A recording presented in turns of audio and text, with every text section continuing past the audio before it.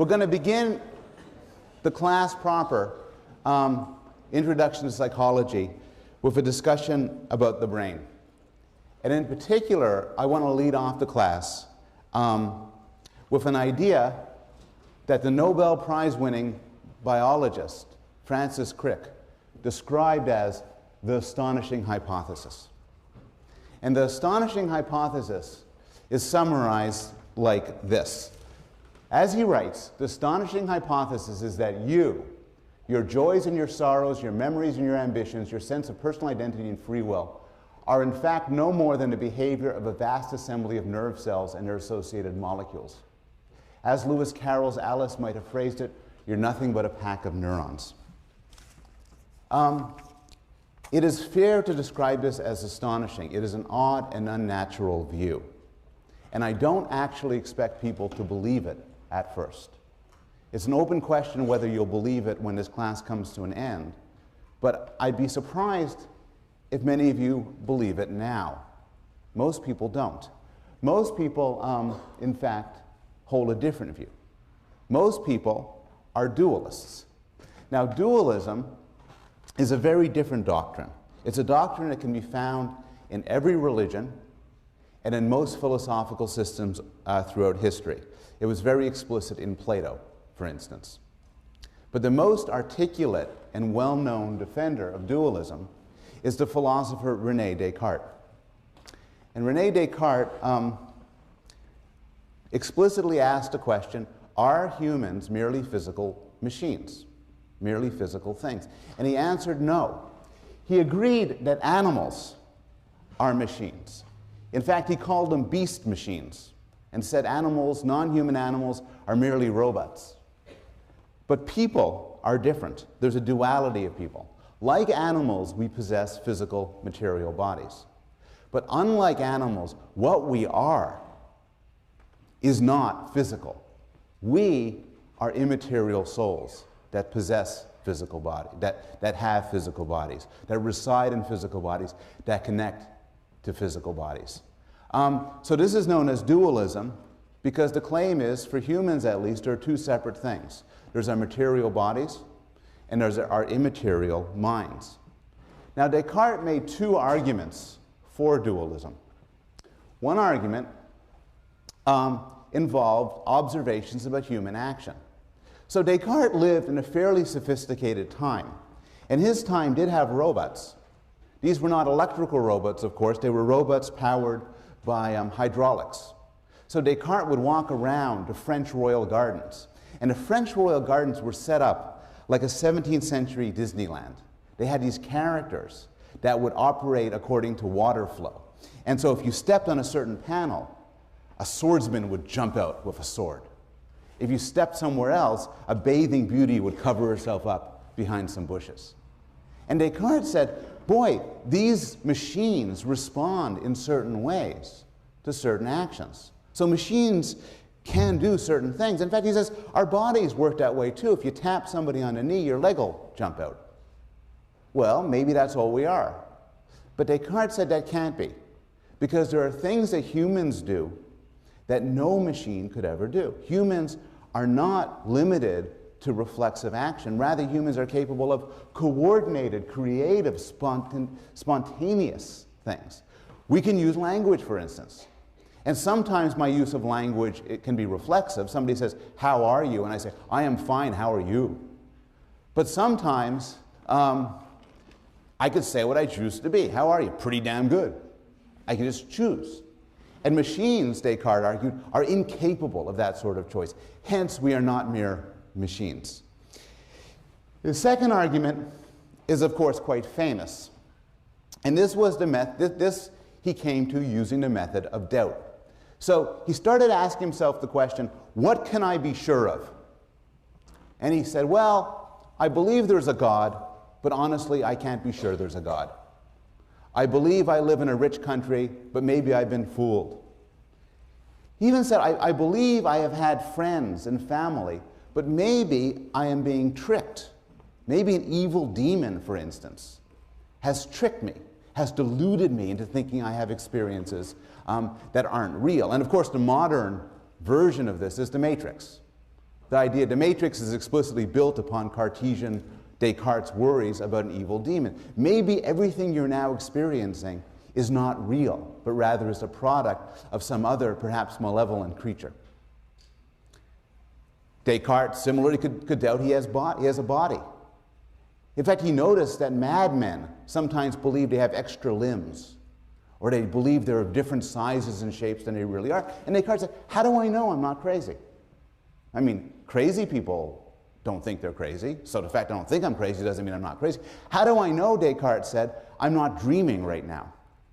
But there is one thing, Descartes concluded, that he cannot doubt.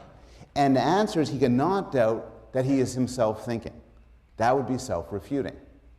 And so Descartes used the method of doubt to say there's something really different about having a body. That's always uncertain from having a mind. And he used this argument as a way to support dualism, as a way to support the idea that bodies and minds are separate. And so he concluded, I knew that I was a substance, the whole essence or nature of which is to think, and that for its existence there is no need of any place, nor does it depend on any material thing. That is to say, the soul by which I am what I am is entirely distinct from body. Now, I said before that this is common sense, and I want to illustrate the common sense nature of this in a few ways. One thing is, our dualism is enmeshed in our language. So we have a certain mode of talking about things that we own, or things that are close to us. My arm, my heart, my child, my car. But we also extend that to my body and my brain. We talk about owning our brains as if we're somehow separate from them. Our dualism shows up in intuitions about personal identity. And what this means is that common sense tells us that somebody can be the same person even if their body undergoes radical and profound changes. The best examples of this are fictional. So we have no problem understanding a movie where somebody goes to sleep as a teenager and wakes up as Jennifer Garner, as an older person. Now nobody says, oh, that's a documentary, I believe that thoroughly true. But at the same time, nobody, no adult, no teenager, no child ever leaves and says, I'm totally conceptually confused. Rather, we follow the story. We can also follow stories which involve more profound transformations, as when a man dies and is reborn into the body of a child.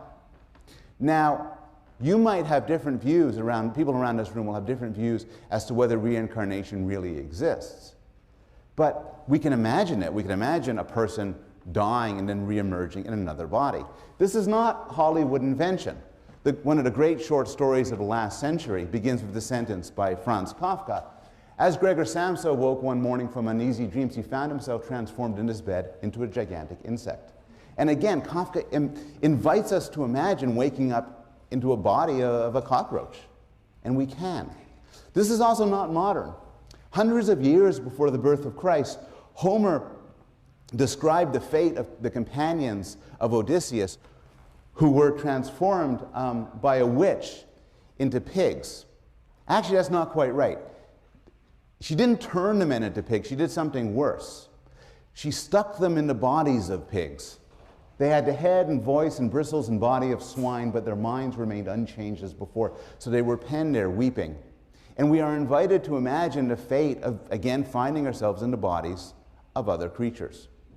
And if you can imagine this, this is because you are imagining what you are as separate from the body that you reside in. We allow for the notion that many people can occupy one body. This is a mainstay of some slapstick humor, including the classic movie All of Me, Steve Martin, Lily Tomlin, highly recommended. But many people think this sort of thing really happens.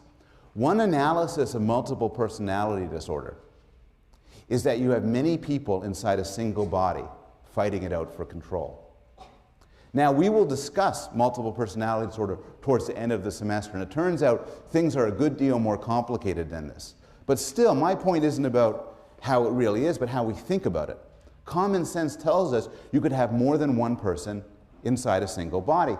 This shows up in a different context involving exorcisms, where many belief systems allow for the idea that people's behavior, particularly their evil or irrational behavior, could be because something else has taken over their bodies. Finally,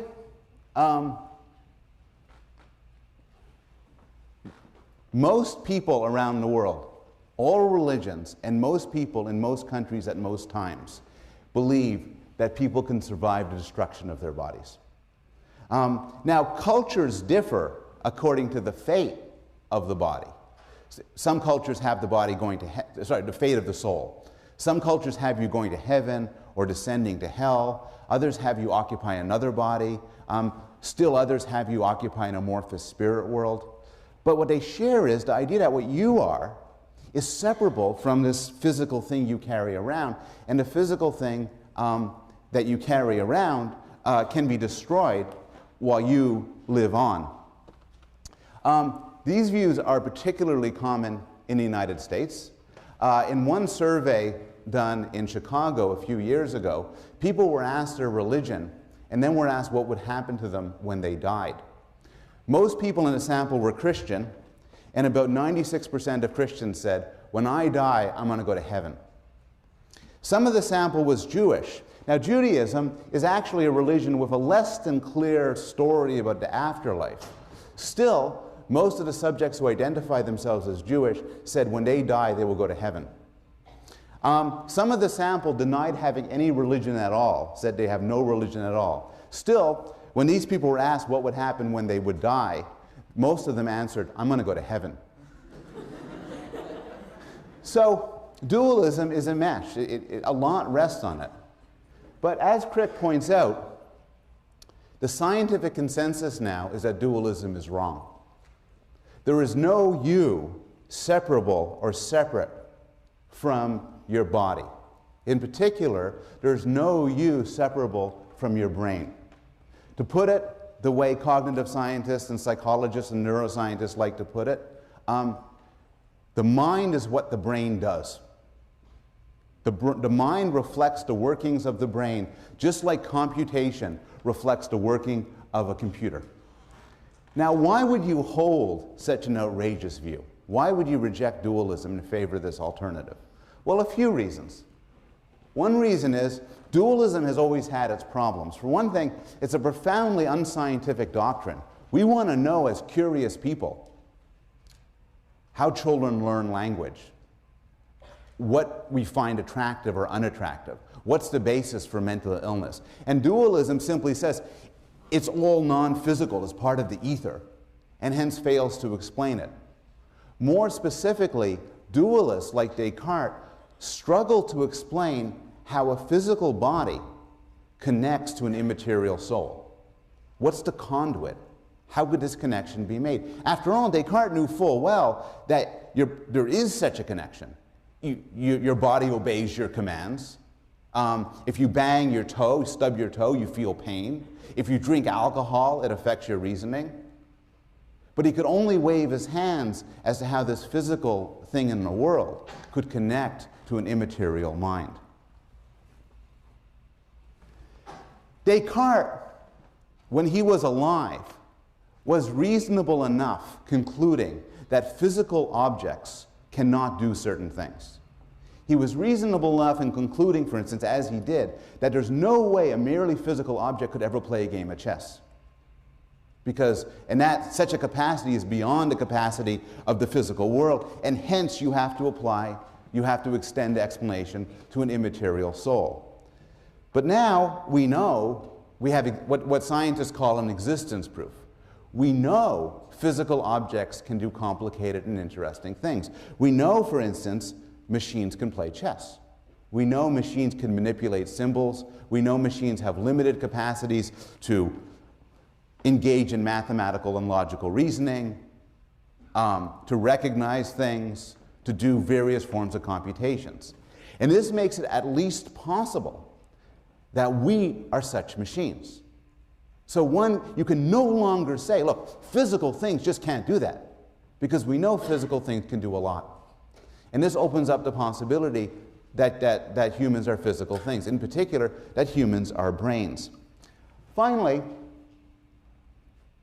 there's strong evidence that the brain is involved in mental life. Somebody who held a dualist view that said that what we do and what we decide and what we think and what we want have nothing to do with the physical world would be embarrassed by the fact that the brain seems to correspond in intricate and elaborate ways to our mental life. Now, this has been known for a long time. Philosophers and psychologists knew for a long time that getting smacked in the head could change your mental faculties, that diseases like syphilis could make you deranged, that chemicals like caffeine and alcohol can affect how you think. But what's new is we can now in different ways see the direct effects of mental life. Somebody with a severe and profound loss of mental faculties, the deficit will be shown correspondingly in her brain. Studies using imaging techniques like CAT scans, PET, and fMRI illustrate that different parts of the brain are active during different parts of mental life. For instance, the difference between seeing words, hearing words, reading words, and generating words can correspond to different aspects of what part of your brain is active. To some extent, if we put you in an fMRI scanner and observe what you're doing in real time, by looking at the activity patterns in your brain, we can tell whether you're thinking about music or thinking about sex. To some extent, we can tell whether you're solving a moral dilemma versus something else. And this is no surprise if what we are is the workings of our physical brains. But it is extremely difficult to explain if one is a dualist. Now, so what you have is the scientific consensus is that all of mental life, including consciousness and emotions and choice and morality, are the products of brain activities. So you would expect that when you rip open the skull and look at the brain, you'd see something glorious. You'd see, like, I don't know, a big shiny thing with glass tubes and blinding lights and sparks and wonderful colors. And actually, though, the brain is just disgusting. It looks like an old meatloaf. It's gray when you take it out of the head. It's called gray matter. But that's just because it's out of the head. Inside the head, it's bright red because it's pulsing with blood. It doesn't even taste good. Well, has anybody here ever eaten brain? I mean, it's good with cream sauce, but everything's good with cream sauce. So the question is, how can something like this give rise to us? And I mean, you have to have some sympathy for Descartes. There's another argument Descartes could have made that's a lot less subtle than the ones he did make, which is that thing responsible for free will and love and consciousness, ridiculous. What I want to do, and what the goal of neuroscience is to make it less ridiculous, to try to explain how the brain works, how the brain can give rise to thought. And what I want to do today is take a first stab at this question. But it's something we'll continue to discuss throughout the course as we talk about different aspects of mental life. What I want to do, though, now is provide a big picture. So I want to do is start off small with the smallest interesting part of the brain, and then get bigger and bigger and bigger. Talk about how the small part of the brain, the neurons, the basic building blocks of thought, combine to other mental structures, and then to different subparts of the brain, and finally to the whole thing. So, one of the discoveries of psychology is that the basic unit of the brain appears to be the neuron. The neuron is a specific sort of cell. And the neuron has three major parts, as you could see illustrated here. Neurons actually look quite different from one another, but this is a typical one. There are the dendrites, these little tentacles here. And the dendrites get signals from other neurons. Now, these signals can be either excitatory which is that they raise the likelihood the neuron will fire, or inhibitory, in that they lower the likelihood that the neuron will fire. The cell body sums it up, and you could view it arithmetically.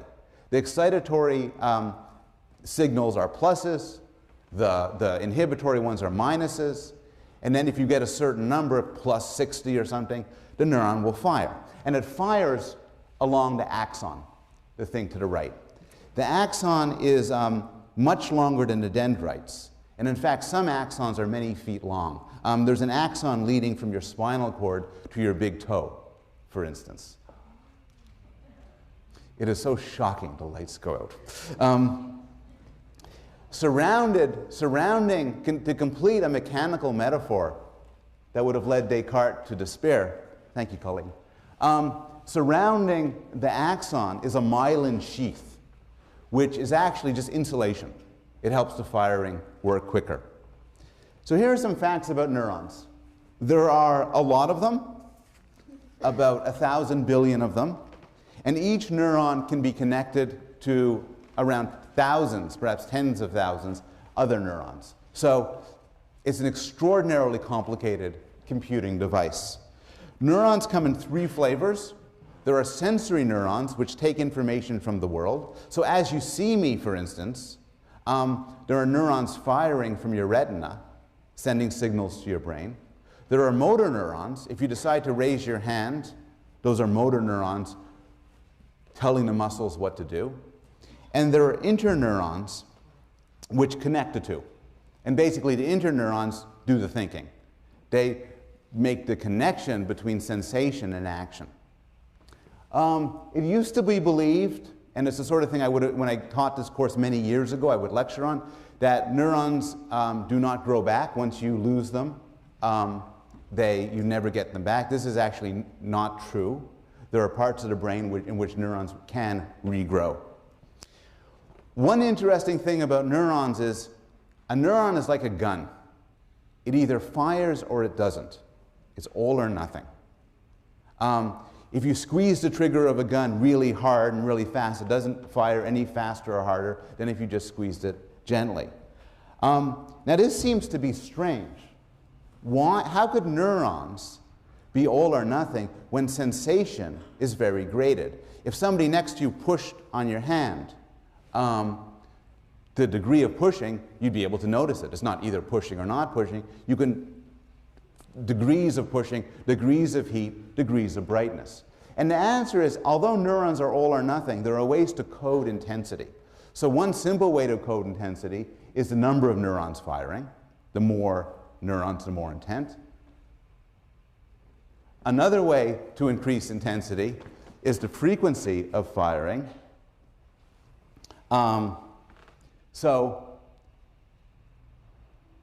I'll just use those two. The first one is the number of neurons firing. The second one is the frequency of firing. In that something is more intense if it's bang, bang, bang, bang, bang, bang, bang, than bang, bang, bang. And these are 2 ways through which neurons encode intensity. Now, neurons are connected, and they talk to one another. And it used to be thought they were tied to one another, like a computer. Like you take wires and you connect wires to each other. You wrap them around and connect them.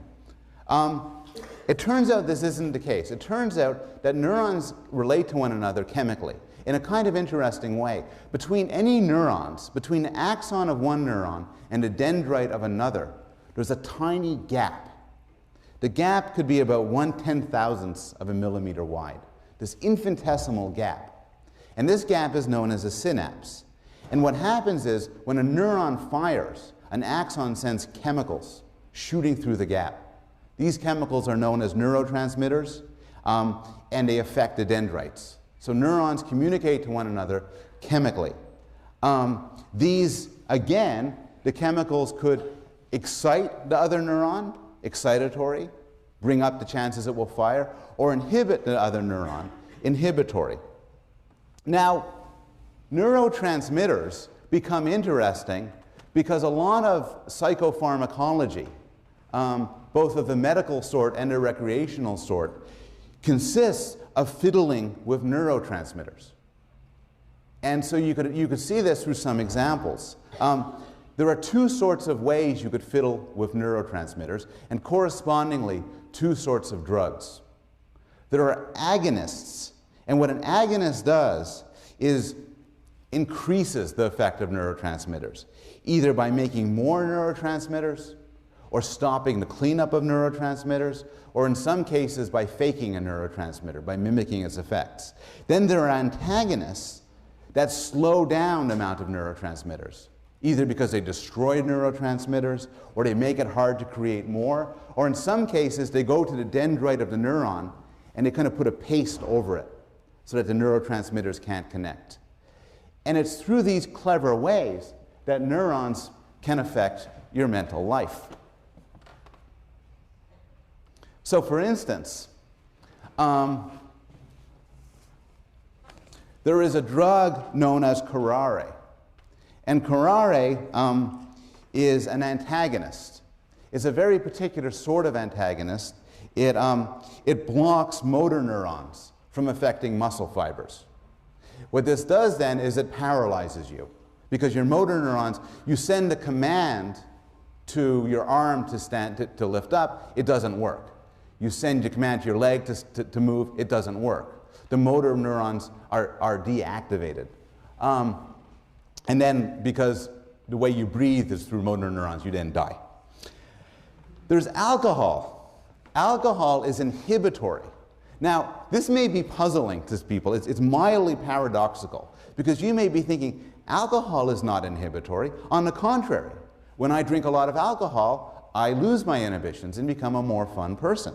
I become more aggressive and more sexually vibrant and simply more beautiful. And so, in what way is alcohol inhibitory? Well, the answer is it inhibits the inhibitory parts of your brain. So you have parts of your brain that are basically telling you now, largely in the frontal lobes, sort of, okay, keep your pants on, don't hit anybody, don't use bad words.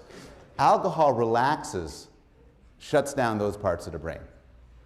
If you take enough alcohol, it then goes down to inhibit the excitatory parts of your brain, and then you fall on the floor and pass out.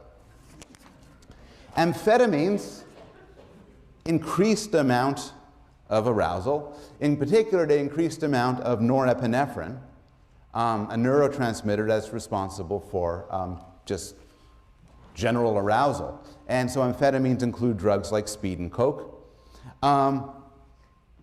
There are Prozac works on serotonin. When we discuss clinical psychology and depression, we'll learn the extent to which neurotransmitter disorders are implicated in certain disorders like depression. And one problem is that for depression is that there's too little of a neurotransmitter known as serotonin. Prozac makes serotonin more prevalent, and so in some extent might help alleviate depression.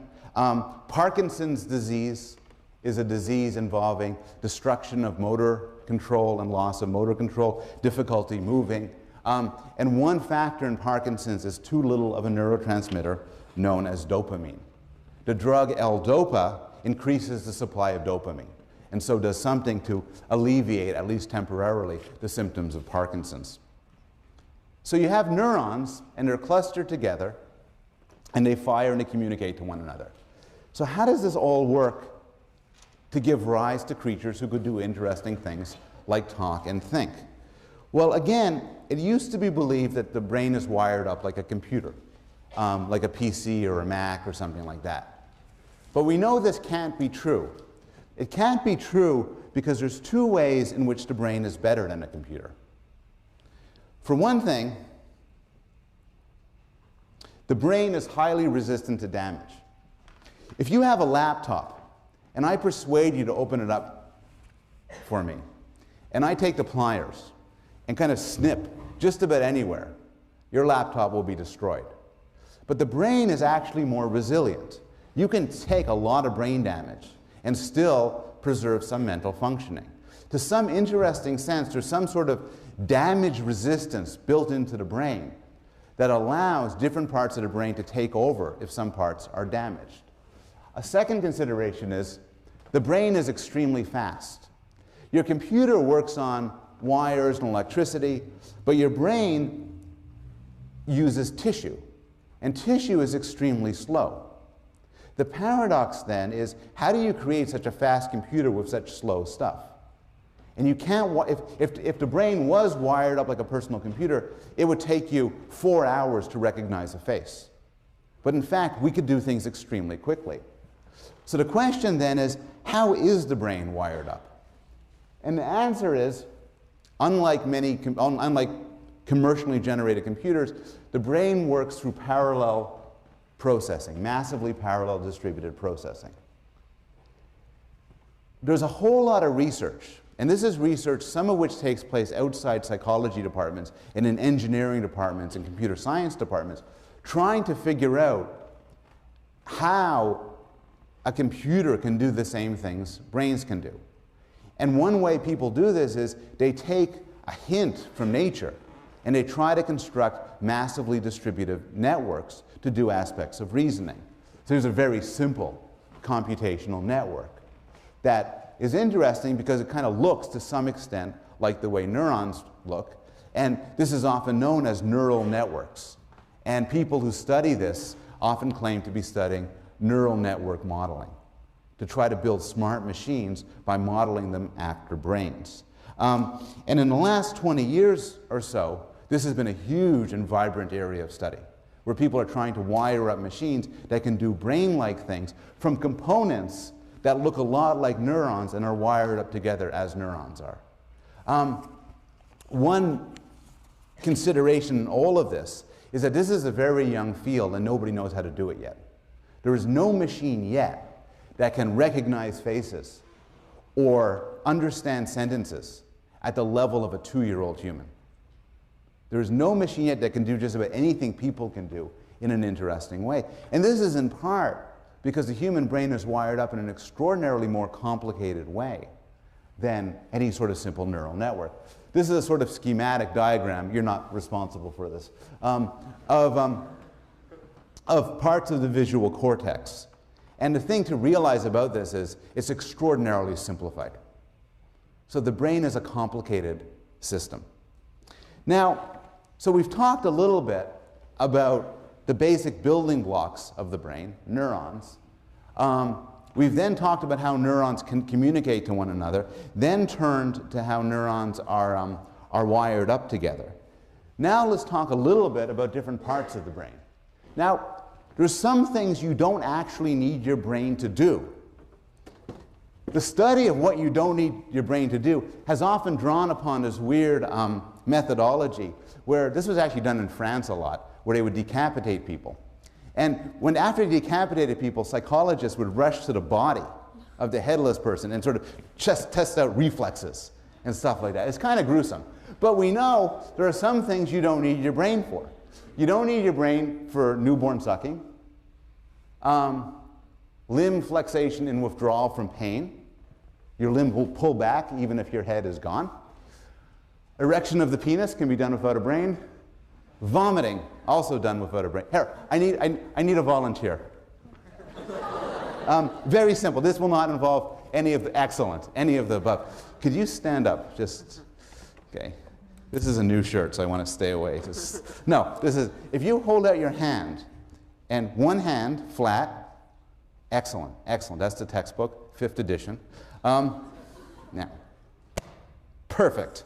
What you'll notice is, thank you very much. What you'll notice is this hit and this hand went back up. This is something automatic, instinctive, and does not require your brain. So your brain isn't needed for everything. What does your brain do? Well, some things that your brain does involve very low-level internal structures. And these are called subcortical structures because they're below the cortex. They're underneath the cortex. So for instance, what we have here is a diagram of the brain. The way to read this diagram is, it's as if it were my brain, I'm facing this way. My head gets cut in half, down here. And then you could see the brain. So this is the front over here, that's the back. Some key parts are illustrated here. The medulla, for instance, is responsible for heart rate and respiration. It's very deep within the brain, and if it gets damaged, you're likely to die. The cerebellum is responsible for body balance and muscular coordination. And to give you, again, a feeling for the complexity of these systems, the cerebellum contains approximately 30 billion neurons. The hypothalamus is responsible here for feeding, hunger, thirst, and to some extent, sleep. And here's the same brain parts in close-up. Now, all of these parts of the brains are essential, and many of them are implicated in interesting psychological processes, but where the action is the cortex. Isn't this beautiful? The cortex is the outer layer, and the outer layer is all crumpled up. You ever wonder why your brain looks wrinkled? That's because it's all crumpled. If you took out somebody's cortex and flattened it out, it would be about 2 feet square, sort of like a nice, like a rug. And the cortex is where all the neat stuff takes place. Fish don't have any of it, so no offense to fish, but I think that's fish don't have much of a mental life. Reptiles and birds have a little bit of it, and primates have a lot, and humans have a real lot. 80% of the volume of our brain is cortex. And the cortex can be broken up into different parts, or lobes. There is and again, this is facing in profile forward.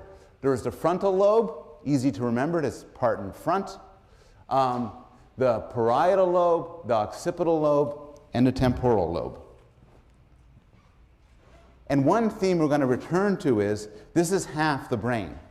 This is in fact the left half of the brain. On the other half, the right half, everything's duplicated with some slight and subtle differences. What's really weird, one really weird finding about these lobes is that they include topological maps. They include maps of your body. Here's a cartoon which actually illustrates a classic experiment by some physiologists who, for some reason, had a dog's brain opened up and started shocking different parts of the brain. You could do brain surgery while fully conscious because the brain itself has no sense organs to it. And it turns out that the dog, when they zap part of its brain, its leg would kick up. And it took Dr. Penfield at McGill University to do the same thing with people. So they were doing some brain surgery. He had a little electrical thing just on. I don't know how he got to do this. He started zapping it, and boom, the person's parts of their body would move. More than that, when he zapped other parts of the brain, people would claim to see colors. And he zapped other parts of the brain, people would claim to hear sounds. And other parts of the brain, people would claim to experience touch. And through his research and other research, it was found that there are maps in the brain of the body. There is a map in the motor part of the brain, the motor cortex, of the sort up on the left, and the sensory cortex of the sort that you could see on the right. And you could tell what's what by opening up the brain and shocking different parts, and those parts will correspond to the parts of the body shown in the diagram there. Now, 2 things to notice about these maps. The first is they're topographical. And what this means is that if two parts are close together on the body, they'll be close together on the brain. So your tongue is closer to your jaw than it is to your hip in the body. So too in both the motor cortex and the somatosensory cortex. Also, you'll notice that the size of the body part represented in the brain does not correspond to the size of the body part in the real world. Rather, what determines the size in the brain is the extent to which either they have motor command over it or sensory control. So there's a whole lot of sensory organs, for instance, focused along your tongue, and that's why that's so big. An enormous amount on your face. But your shoulder doesn't even make it on there. Because although your shoulder might be bigger than your tongue, there's not much going on. In fact, if you draw a diagram of a person, what their body is corresponding to the amount of somatosensory cortex, you get something like that. That's your sensory body.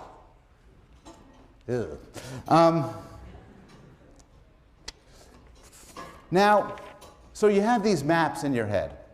But the thing to realize is, and these maps are part of your cortex, but the things to realize is that's an important part of what goes on in your brain. But less than 1/4 of the cortex contains these maps, or projection areas. The rest is involved in language and reasoning and moral thought and so on. And in fact, the proportion, as you go from rat, cat, monkey, humans, less and less of it is devoted to projection areas and more to other things. So, how do we figure out what the other parts of the brain do? Well, there's all sorts of methods. Typically, these are recent imaging methods like CAT scan and PET scan and fMRI, which, as I said before, show parts of your brain at work. If you want to know which part of your brain is responsible for language, you could put somebody into a scanner and have them exposed to language or do a linguistic task or talk or something, and then see what parts of their brain are active. Another way to explore what the brain does is to consider what happens to people when very bad things happen to their brain. And these bad things could happen through lesions, through tumors, through strokes, through injury. For the most part, neuropsychologists don't like helmet laws. Neuropsychologists love when motorcyclists drive without helmets because through their horrible accidents, we gain great insights into how the brain works. And the logic is, if you find somebody, crudely, if you find somebody with damage to this part of the brain, right here, and that person can't recognize faces, for instance, there's some reason to believe that this part of the brain is related to face recognition. And so through the study of brain damage and the study of, we can gain some understanding of what different parts of the brain do. And so people study brain damage that implicates motor control, such as apraxia. And what's interesting about apraxia is it's not paralysis. Somebody with apraxia can move, do simple movements just fine, but they can't coordinate their movements. They can't do something like wave goodbye or light a cigarette. There's agnosia. And agnosia is a disorder which isn't blindness, because the person could still see perfectly well. Their eyes are intact. But rather, what happens in agnosia is they lose the ability to recognize certain things. Sometimes this is described as psychic blindness. And so they may get visual agnosia and lose the ability to recognize objects. They may get prosopagnosia and lose the ability to recognize faces. There are disorders of sensory neglect, some famous disorders. Again, it's not paralysis, it's not blindness, but due to certain parts of damaged parts of your brain, you might lose, for instance, the idea that there's a left side of your body or a left side of the world. And these cases are so interesting, I want to devote some chunk to a class in the next few weeks to discussing them. There are disorders of language, like aphasia. The classic case was discovered by Paul Broca in 1861, a patient who had damage to part of his brain and can only say one word, tan. And the person would say tan, tan, tan, tan. And everything else was gone. There's other disorders of language, such as receptive aphasia, where the person could speak very fluently, but the words don't make any sense, and they can't understand anybody else. Other disorders that we'll discuss later on include acquired psychopathy, where damage to parts of your brain, particularly related to the frontal lobes, rob you of the ability to tell right from wrong. I want to end. We're talking about neurons, connections between neurons, how neurons are wired up, the parts of the brain, what the different parts do. I want to end by talking about the two halves of the brain and ask the question, how many minds do you have? Now, if you look at the brain, if you took the brain out and held it up, it would look pretty symmetrical. But it actually is not. There are actual differences between the right hemisphere and the left hemisphere. How many people here are right-handed? How many people here are left-handed? How many people here are sort of complicated? Ambidextrous, don't know, bit of the right, bit of left people. Okay. Those of you who are right-handed, which comprises about 9 out of 10 people, have language in your left hemisphere. And in fact, we're going to be talking about right-handed people for the most part, making generalizations in what I'll talk about now. Those of you who are left-handed are more complicated. Some of you have language in your right hemisphere, some in your left hemisphere, some God knows where. It's complicated. Now, the idea is that some things are duplicated. So if you were to lose half your brain, the other half can actually do a lot. But some things are more prevalent and more powerful in one part of the brain than the other. And I want to show you a brief film clip from Scientific American that illustrates the differences between the hemispheres. But before doing that, I want to provide some introductory facts. Some functions are lateralized, so typically language in the left. Again, this is a right-handed centric thing. But if you're right-handed, language in the left, math and music on the right. There's a crossover. And this is important when we think about the studies that will follow. But the crossover is that everything you see in the left visual field goes to the right side of your brain. Everything in the right visual field goes to the left side of the brain. And similarly, there's a crossover in action. So your right hemisphere controls the left side of the body, your left hemisphere controls the right side of the body. Now, finally, the two halves are connected. They're connected by this huge web called the corpus callosum. And I'm just going to skip this because the movie illustration will go through some of this. This illustrates certain themes that are discussed in detail in the Gray book concerning the lateralization of different parts of different mental capacities, some in the left hemisphere, some in the right hemisphere. But it also serves as a useful methodological development, which is it's a nice illustration as to how looking at people who are incredibly unusual, such as this man who had his brain bisected, so his left hemisphere and his right hemisphere don't communicate with one another, how looking at such people, such extreme cases, can provide us with some understanding of how we normally do things. And this, again, is a theme we'll return to throughout the course.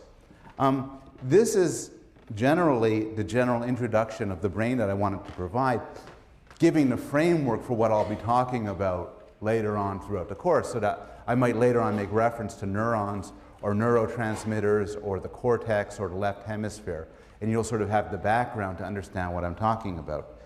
But I want to end this first real class with a bit of humility as to what psychologists know and don't know. So the idea behind a lot of psychology, particularly a lot of neuroscience and cognitive psychology, is to treat the mind as an information processor, as an elaborate computer.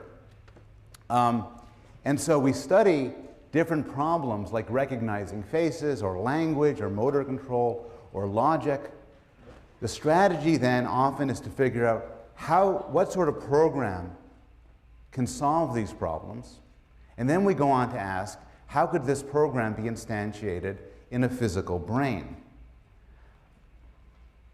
So we study people much as we'd study a computer from an alien planet or something. And I think this strategy is one I'm very enthusiastic about. But there still remains what's sometimes called the hard problem of consciousness. And this involves subjective experience. What's it like? So my computer can play chess. My computer can recognize numbers. It can do math. And maybe it does it kind of the same way that I do it. But my computer doesn't have feelings in the same sense. These are two classic illustrations. This is from a very old Star Trek episode. It illustrates angst. I think his starship's about to go into the sun or something. And that's my older kid, Max, who's happy.